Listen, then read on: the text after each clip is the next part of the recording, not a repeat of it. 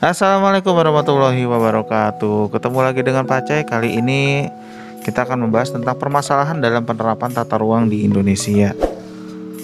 Tapi sebelum itu ada baiknya yang belum subscribe untuk subscribe ke channel ini dan klik lonceng notifikasinya agar tidak ketinggalan update-update ilmu selanjutnya.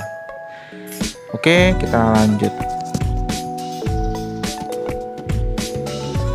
Fenomena banjir di perkotaan merupakan contoh permasalahan tata ruang di Indonesia.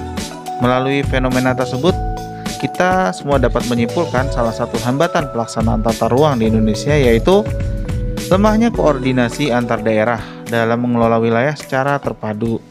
Padahal, pembangunan atau tata ruang di Indonesia itu sudah tercantum dalam RPJPN atau Rencana Pembangunan Jangka Panjang Nasional 2005 sampai dengan 2024.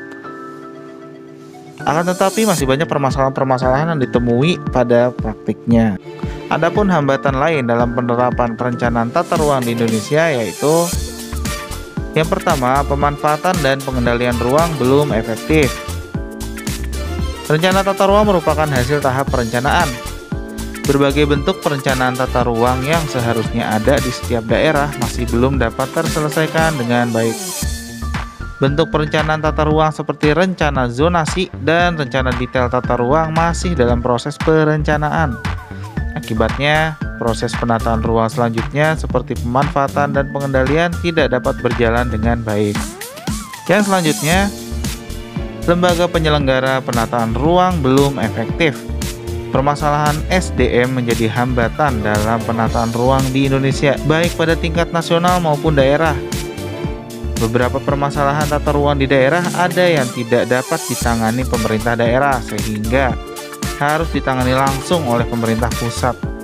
Kondisi tersebut sangat menghambat penyelenggaraan penataan ruang di Indonesia. Perbedaan kualitas sumber daya manusia di setiap daerah juga mempengaruhi tingginya variasi kualitas rencana tata ruang wilayah. Selanjutnya ada sistem informasi penunjang pembangunan yang belum optimal. Penataan ruang harus mengintegrasi perencanaan, pemanfaatan, dan pengendalian pemanfaatan. Pada tahap pengendalian dan pemanfaatan, diperlukan sistem informasi terpadu yang saling terintegrasi. Sistem informasi terpadu ini sebagai acuan dalam pemanfaatan dan pengendalian ruang. Akan tetapi, sarana ini belum tersedia secara optimal di Indonesia sehingga pemantauan atau monitoring dan evaluasi penataan ruang masih terhambat.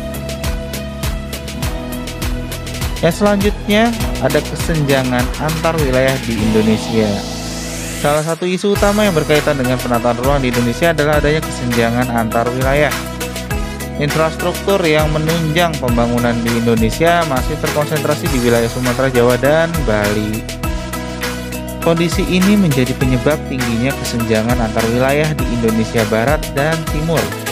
Kesenjangan wilayah di Indonesia juga terjadi antara daerah pedesaan dan perkotaan.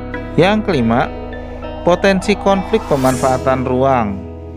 Pemanfaatan ruang beberapa daerah di Indonesia masih mengalami hambatan karena batas kawasan masih belum jelas. Contohnya, konflik pemanfaatan kawasan hutan dan pemukiman. Beberapa daerah di Indonesia memiliki konflik pemanfaatan ruang yang belum terselesaikan dengan baik. Daerah hutan dan pemukiman yang sering terjadi konflik itu biasanya kan ada hutan adat ya, yang di dalamnya ada suku-suku tertentu yang mendiami hutan walaupun sudah cukup modern dan listrik sudah masuk, tetapi masih ada saja konflik yang terjadi di situ. Biasanya itu terkait dengan pembebasan lahan.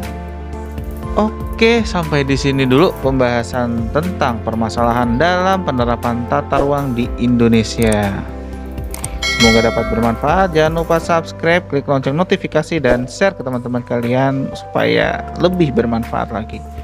Akhirul kalam, wassalamualaikum warahmatullahi wabarakatuh. Demikian video kali ini. Jangan lupa klik subscribe, like, dan share video ini agar kami bisa lebih semangat dalam membuat konten pendidikan lainnya.